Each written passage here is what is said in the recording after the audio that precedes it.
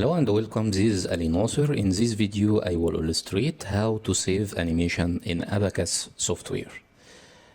Firstly, we have to position our model in center of the environment area like this, and then I go to animate from main menu, select save as, and choose your directory location.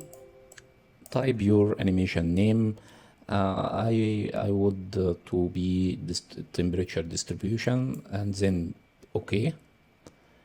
Press animate time history and apply. Now software is starting to recording your frame per time. It has finishing recording now.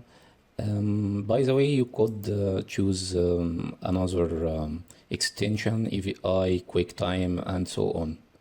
If we check our directory here, my animation have finishing.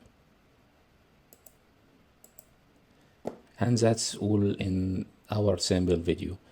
I hope this video is helpful for you. My regards, Ali Nasser.